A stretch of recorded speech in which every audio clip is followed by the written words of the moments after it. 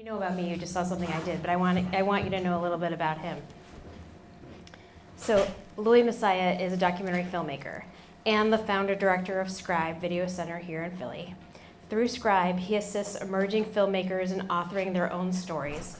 In his films, Massiah focuses on people who have dedicated their lives to change society while capturing community stories. He has a master's in visual studies from MIT. He's been praised for his grassroots approach to participatory filmmaking, which allows him to capture intimate details about the communities he depicts. Now, he's been at this for a really long time. His work includes The Bombing of Osage Avenue, which came out in '86, W.E. Du Bois, Biography in Four Voices, 2 films for the Eyes on the Prize 2 series, A is for Anarchist, B is for Brown, the interrogative portrait series, How to Make a Flower, What I See, Don Camp, Why Black Film, A Conversation with Pearl Bowser, and many more, as well as video installations for the President's House, Freedom and Slavery in the Making of a Nation, and the my French is terrible, the Musée de Civilisations Noire in Dakar, Senegal. Did I get that right? Okay. Anyway, so I just wanted you to have an appreciation for who I get the honor of talking to tonight. You have a mic also. Okay. Wait, long intro for your film, but anyway,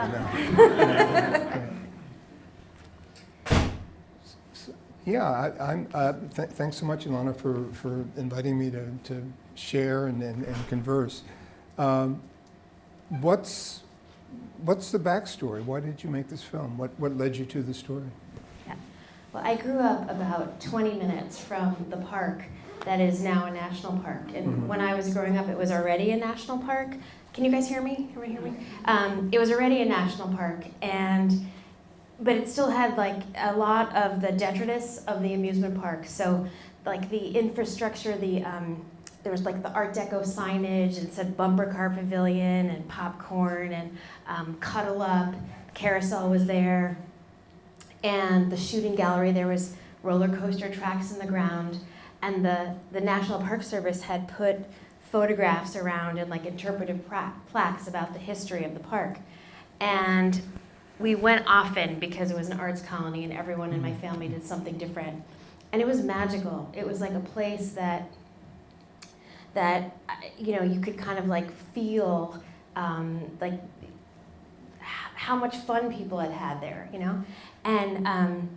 And I used to just love looking at those photographs, and I had this whole fantasy of, like, it was like I was wistful for a time that I never knew. And it wasn't until like about, 20 years after I grew up and moved away that I came back with my then fiance, now husband, because we looked at it as a place to get married. And we ran into a park ranger there who told us the story of how Glen Echo had gotten integrated. And I got stuck first on the fact that it needed to be integrated because that had never occurred to me. And, I'd been looking at those pictures my whole childhood, and it had never registered that I was only looking at pictures of white people having fun. And growing up in the area, I knew that there were communities of color. My schools were integrated, and I suddenly, just understood that which had been this, this like winsome party land for some people in Washington was also a source of like great pain and exclusion for others. And that was really, that was an awakening. And as I started to do a little bit more research and understand about the community of Bannockburn, they were people that were really familiar because my father was a Jewish labor organizer, and those people seemed like the people that were at our house for dinner and talking about the things that we talked about. And when I started shooting, it was 2 years after he had died, and it was kind of like I was still having a conversation with him. Wow. I do want to get back to the film, but I think really for the audience, it might be good for you to sort of talk about your background and your development as a filmmaker. What sort of works had you been making prior to this? How did you get into making documentaries? Yeah. This is year 31, and I started on this PBS show called Reading Rainbow, And that show, LeVar Burton hosted, and that show took children's books and took whatever was the theme or the plot of the story and found a correlation in real life. And working on that show, like getting coffee, I mean, I was really like the bottom of the barrel. I just found that I was really attracted to the real life parts of the show. Mhm. And I was hired for a 3-week gig, and I stayed for 3 years.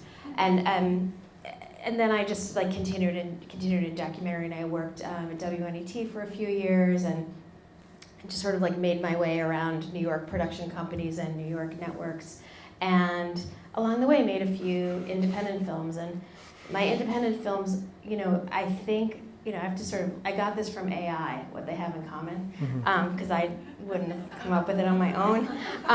According to AI, my films are about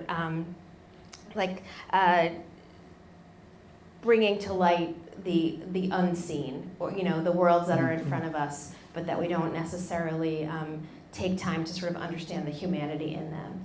And there are people in this audience who probably saw my first independent film, which is called Praying with Lior, and is about the spirituality of a boy with Down syndrome and his bar mitzvah. Great. The film really represents this treasure trove of archival material, and I'm really interested in how you came upon it, and just to talk a little bit about that. Yeah, I mean, I would say like every single piece of moving footage in the film is a miracle. Like and each one I could do like 20, I could bore you for 20 minutes on how I found every single piece.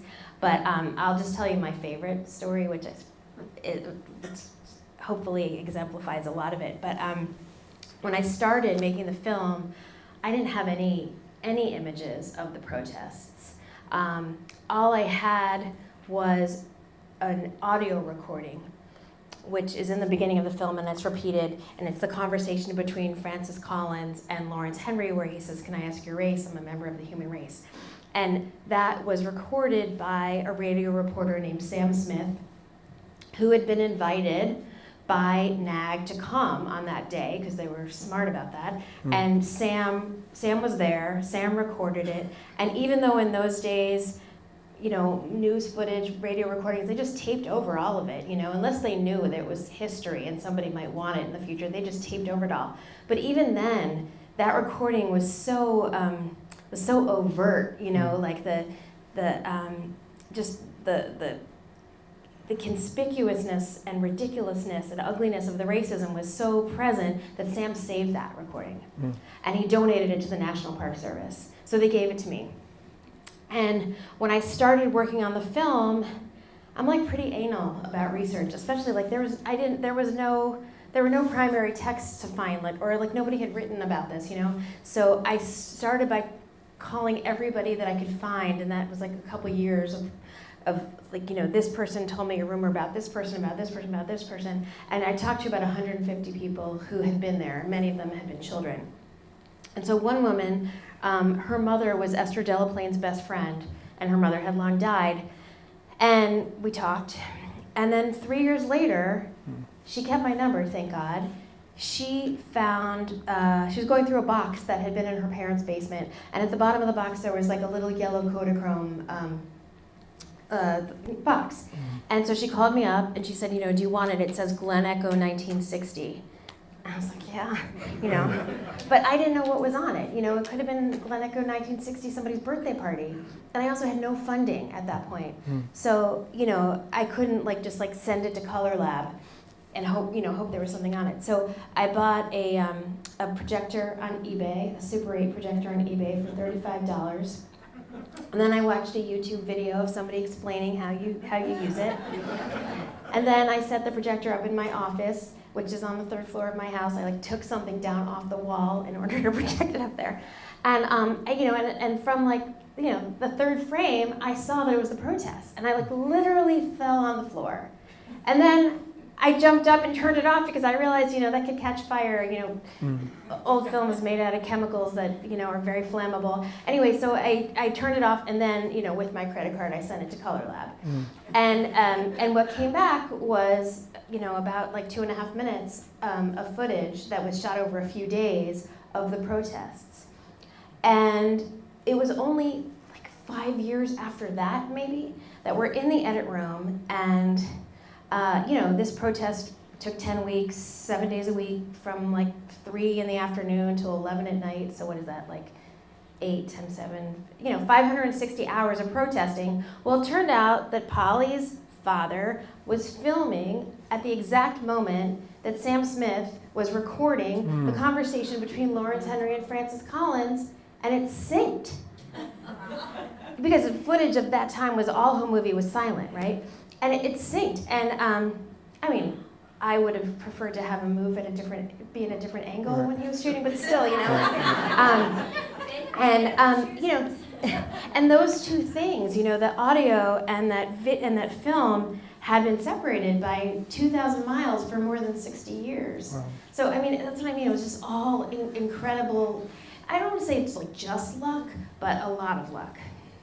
Yeah, I believe strongly in films where the authority and the knowledge comes from the participants in history rather than sort of third-person wonderful scholars, but to really give the authority to people who are participants in the history. But the other side of that is sometimes in the back, it's really important to talk with people who have really studied and really can maybe create some sort of context to things. Who did you talk with? I know, just because of my work with Blackside and the Eyes on the Prize series, many of the folks, some of the films in the film I know, but yeah, I'm just wondering, you didn't do it all alone. I didn't do it all alone. I had a lot of advisors. Who are they? They're a combination of history academics. Who? Oh, you want to know their names? Okay. Victoria Walcott, she wrote Race Riots and Roller Coasters. Andre Willis, he is a professor of African American history at Brown and a professor of Black religious history. I'm now blanking on all of them, and there's 10 of them. Jane Levy, she did the, forgot that it's called something like the Black Legacy Trail or something like that. That's like, that's the historic markers in Washington, D.C. I have to look at my credits, honestly. Because I'm wondering, it's a really important story, but I was wondering, I did not hear their name SNCC once. Right. I did see CORE in one of the arrest records, but just in terms of contextualizing this, I think I'm wondering why you didn't kind of put it in that context as well. Yeah, no, I think that's a good question. Yeah. Well, first of all, what happened in terms of SNCC, NAG became a chapter of SNCC about 2 years later, around 1962. But as far as Dion and Hank in 1960, SNCC was not like part of their. In this summer, SNCC wasn't where their heads were at. They'd gone to the conference. But actually only Hank had gone to the conference. But I don't think that they saw themselves as being part of what would then a year later be a much more organized movement. And I felt really strongly, I feel really strongly that I'm not trying to make a film that's about the civil rights movement writ large. And I'm not trying to make a film about Black-Jewish relations writ large. I was really trying to make a film about this particular moment, these people, this amusement park, Washington, D.C., and for that reason also, I didn't use, which would have taken a lot less time if I'd used a narrator, and I didn't use talking heads because I was creating a primary text, because it didn't really exist, because it had never been saved that way. And so, I don't feel equipped to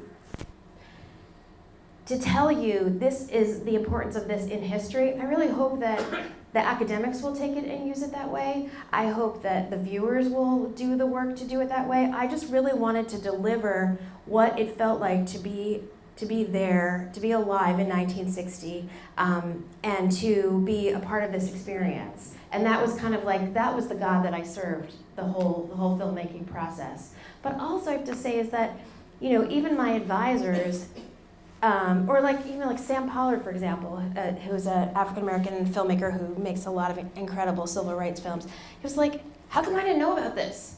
Like, why didn't I know about this? And I mean, that's the thing, is like, they didn't know about it. Nobody really knew about it. Other than it was sort of like, it held a place of, sort of DC local mythology, kind of. But not, it's not in any of the history books. Yeah, I was just thinking about Cortland Cox, who just very, very important in terms of SNCC. The visualization of the film, I mean, it's really a beautiful film. You work a lot. You do a lot of processing. Talk about AI. I mean, you do a lot of work with the archival and to really making it sort of a really visually appealing film. What thoughts went into your mind in terms of document as opposed to creating something that is visually pleasing, and what it means to process? Yeah, no, that's a great question. Well, I mean, if the film was beautiful, it was like a solution to a problem. Because I had a problem, right, which is that I was trying to deliver something as authentic as possible, but I didn't have footage of everything, and I didn't have footage of very much, actually. And, obviously nobody was filming when Dion went into the stacks, went into the white entrance of the library.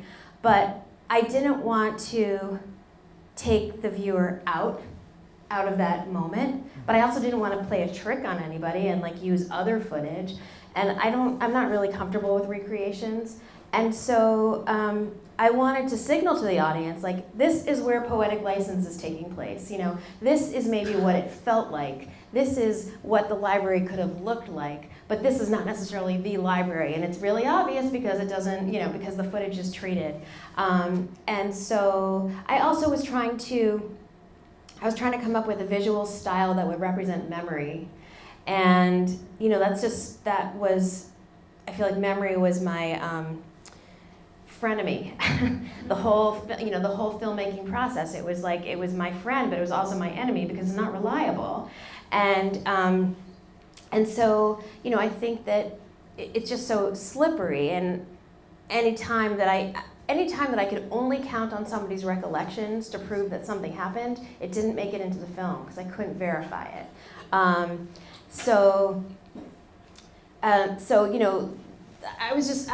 It was playful in a way, or like the scene of the partying, right? Like, that's contemporaneous footage of interracial partying, but I'm sure there wasn't a record player, spinning through the party.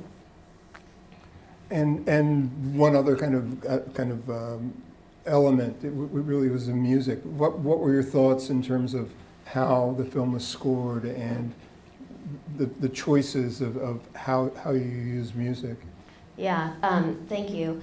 That was something also that I wrestled with, and finally found a composer that was willing to work with me, and that I only wanted to use arrangements or chord arrangements, phrasing that existed at the time. I didn't want to take, music that might be really evocative, but just wouldn't have necessarily been, couldn't have been at that time.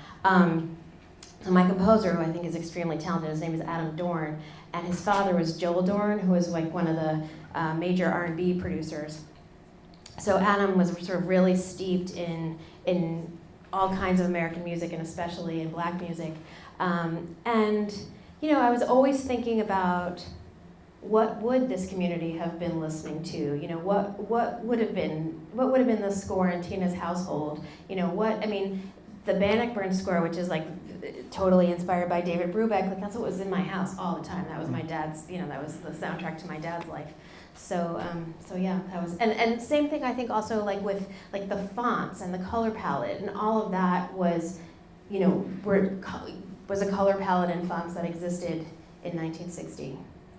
Okay, and just one last question from me before going to the audience. So I really do believe in this idea of making films for an authenticating audience, an audience that it may be seen by millions of people. It's going to maybe be broadcast on TV or streamed or in movie theaters, but there are specific people that you really want to see the film, and if they love it, you've succeeded. If they don't love it, you haven't. Who was your audience, or did you have that audience, and if so, who was it? Totally. I mean, number 1, 2, 3, 4, 5, Hank, Dion, Helene, Esther, Rocky, the people who are in the film, the people whose stories we're telling, like, so number 1 is that. Unfortunately, because this film took 10 years to make, I don't really know how much, I mean, Helene died 2 months ago and she hadn't seen the film, but I don't know how much how much of the film they really saw, they really sort of like took in. But so then then the audience that was really important to me is like their proxies. So people who were alive at that time, people who are civil rights veterans of different protests, but who could say, and you did a lot of focus group testing too, who could say like, yeah, that is what it felt like. I forgot about, that sound or that, that texture, that kind of interaction. Those are the most important people to me. There's a lot of people who I'm really happy if they like the film, but like I could sleep at night if they didn't. But if people who were alive at that moment who know what it was really like didn't like the film, then I'd have to go back to the editing room. So questions, comments from the audience? Yes. Sure, if you could Or maybe. we can repeat it. I can talk about it. Sure, shout out. All right. I lived on MacArthur Boulevard from 1969 to 1973. I've been to Glen Echo like a zillion times. Never until this year did I know about that, the events of 1960, the fact that it was segregated and people were demonstrating. And it's like the whole history of that was buried. And I'm really, I'm surprised. I'm really surprised. Yeah, I mean, you're not alone. I mean, well, I don't know. So what Chaim was just saying is that, like, he lived on MacArthur, which is right next, Glen Echo's off MacArthur, from 1969 to 1973 and had no idea that the park had been segregated. And, I don't think that, I hear that all the time when I'm traveling with this film. And even people who, still live there.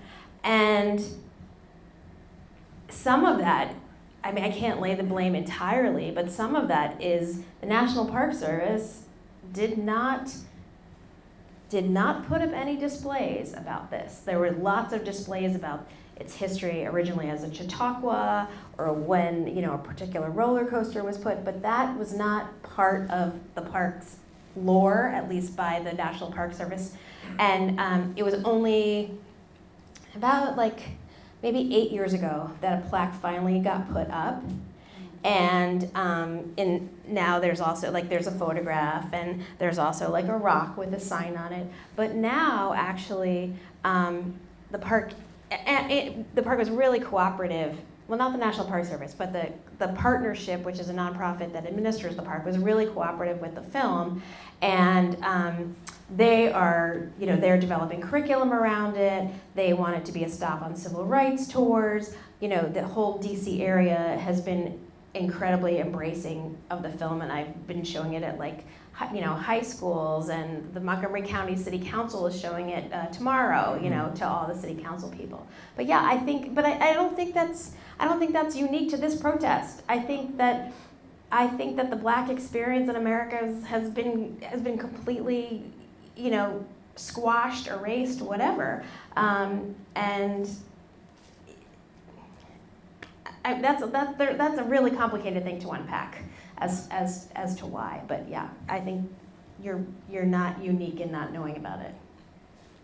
Okay. The Jewish clergy was noticeably absent in the film. Yeah. Were they not involved or just not in the film? Yeah, no, the question is how the Jewish clergy is noticeably absent. As far as I can tell, there were no Jewish clergy involved, period. This community, Jewish as they were very non-religious. And, we're much more likely to know Christmas carols than to know, blessing over candles on Shabbat. I still couldn't get my head around that either. But I went through the synagogue records of all the synagogues that, were in the area at that time, and I read the sisterhood notes, and I read board meeting notes, and there was no mention of it anywhere. And even the Washington Jewish Week didn't cover it. So make of that what you will. And that's not true, obviously, of the black churches. Yeah. I'm curious about what made the change. Like, why did they desegregate? Like, it seems like all of a sudden the doors open, but there's no information about why. So what are some of the theories? Yeah, so Deborah's asking, why did the Baker brothers, finally give in? It's like all of a sudden, and it's just not clear what it was.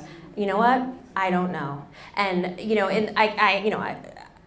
everything that I know that I can prove is in the film, and so your guess is as good as mine. I think it's a combination of the pressure. I think probably, I can't prove it, but I'm pretty sure that Bobby Kennedy probably made a phone call and said, we're going to revoke the lease to the parking lot, and you can't have an amusement park in the suburbs without a parking lot. But also, I don't know. I don't know. Yeah. I'm going to add to his recollections. I grew up on MacArthur Boulevard too, in the next neighborhood over from Bannockburn. And I can't say that I remember her, but we knew the Delaplanes. And I was there in 1960, and I remember hearing about, I was 7 years old at that point, hearing about the demonstrations and things. I don't think I ever saw picketing. But after that, that was our amusement park. That's where we went. It was, I think, pretty steadily deteriorating after that, and was a pretty beat by the time it closed in 1968. But, and I also remember there was a time, a few years, sometime later in the 60s, when there used to be, DC Transit ran a trolley car that went parallel, I guess, right above the canal, in the center of the canal, Yeah. parallel to MacArthur Boulevard. And at some point, they discontinued it. In January of 1960 was the last time that trolley ran. Okay, maybe they ran a bus after that. They did. They discontinued that, and suddenly there were all these people who'd come out from the city who were stranded there. That's right. And there became what was, I think, perceived locally as a race riot. That's right. And I don't remember exactly what happened, but I remember one of the other kids in the neighborhood saying his parents had warned him that they needed to get guns because all these black people were out there and they were going to come after them. That's my memory of it. Yeah, all those recollections are. Yeah. I don't agree with the assessment, but all those things that you remember are what happened. Yeah, that's right. Yeah, yes, hard to see. I'm just curious to hear you talk a little bit more about the choice of the name and the prominence of the Langston Hughes poem, and maybe in the context of what you said in the beginning, Ilana, about, for me, I just kept feeling circularity, and circularity maybe tragically or circularity heroically, and so just curious, when did you come to that? How did you think the name? So Danny's asking the significance of the poem and how I came to that as the title, and about the circularity that's implicit in the poem. I honestly can't remember when I got connected with the poem, but when I started working on this and looking for everything that I could find, there was one Yale undergrad had written a history paper, a term paper on this in the 70s. And one person had written a children's play, and they were both called Ain't No Back to a Merry-Go-Round. So so, you know, at that point, obviously, it came to me. I didn't want to name the film Ain't No Back to a Merry-Go-Round because it's really long. Nobody understands what it means until you see the movie. I mean, like, if you look on Netflix, you know, like, most things have 2 words because that's all they can fit under the thumbnail. So I tried a lot of other things, and, like, just nothing fit. And the circularity, I didn't know when I started making the film that this is where we were going to be. You know, I really thought I was, like, I thought I was telling a story of, like, this steady march to a post-racial America, you know. Yeah, it's, you know, maybe 2 or 3 years from now, that title will just seem totally outdated. How great would that be? Yeah. So, my favorite character, great job, by the way. Thank you. My favorite character was the woman that did not want to go after they desegregated. Tina, yeah. You know, my way of thinking is, in some ways, desegregation led to our disintegration. What are your feelings after going through this? I mean, obviously, you want kids to have fun, but what are some of the, from your experience, what are some of the gains and some of the losses in terms of integrating into these communities that really don't want us? I think that's an incredible question, and I honestly don't feel like I am equipped to answer that. Mike was asking about both, like, the gains and the losses of integration. I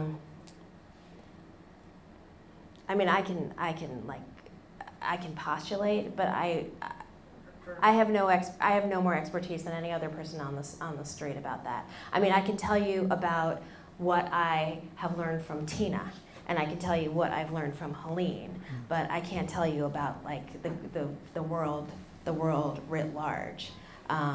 And I also, you know, Tina's not alone. There are plenty of people of color in the Washington area that are, you know, still will not set foot there. I mean, Tina now has. I mean, Tina actually, last year's Washington Post Picture of the Year was Tina on the carousel. I think that's a really profound and important question. Yes. It was amazing, thank you. Two-part question. One is, can you tell us a little bit about 10 years in the making and how that works when you're managing a project that long? And the other is, I was surprised, especially at the end, to see this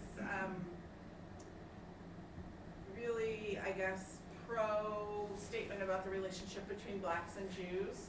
And I know today in particular, you know, there's obviously a lot going on. So I'm also just curious about, even if you didn't make the film for this purpose, like how you think your film might be used around relations between different groups today.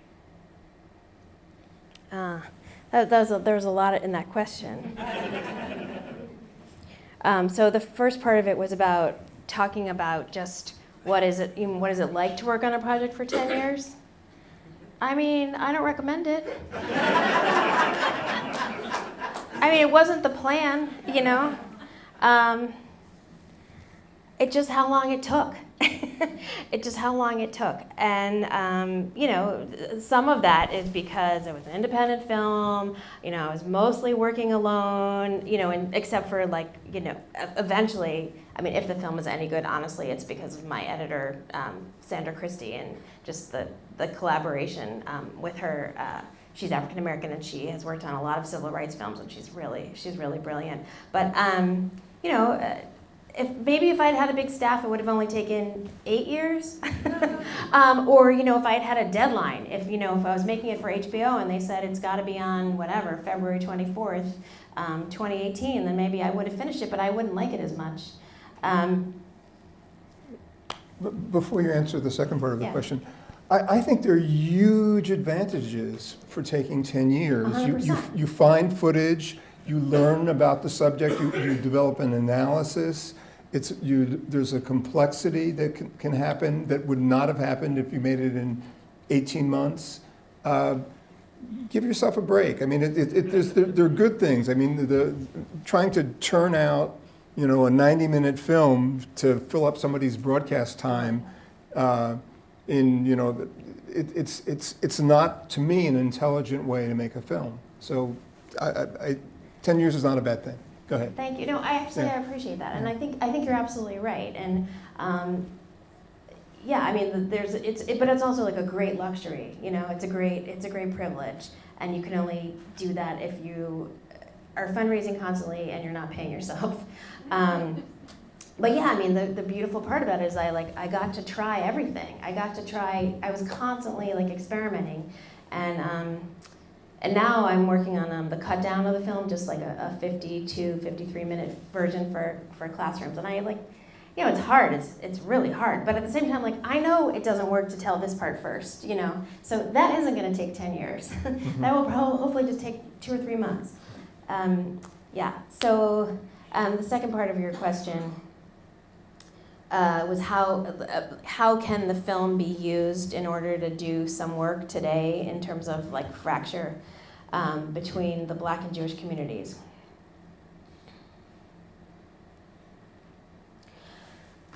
Look, when Hank says what he says at the end of the film, that's Hank's opinion. Hank is talking about how Hank sees the world.